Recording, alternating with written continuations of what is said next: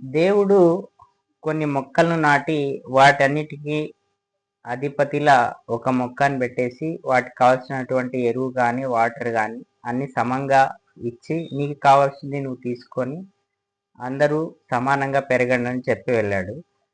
ఆ లీడర్గా ఉన్నటువంటి మొక్క ఏం చేసిందంటే నేను లీడర్ని కదా అని చెప్పేసి అందరికంటే ఎత్తుగా పెరగాలి, నేను అందరికంటే హైట్లో ఉండాలని చెప్పేసి వీటికి వేయాల్సిన ఎరువుని వాటికి ఇవ్వకుండా కొంచెమే వేసి కొంచెం మిగిలించుకొని ఇది ఎక్కువ ఎరువుని వేసుకొని ఎక్కువ వాటర్ని వేసుకొని ఇది అన్నిటికంటే హైటు అన్నిటికంటే ఎత్తుగా పెరిగిందనమాట.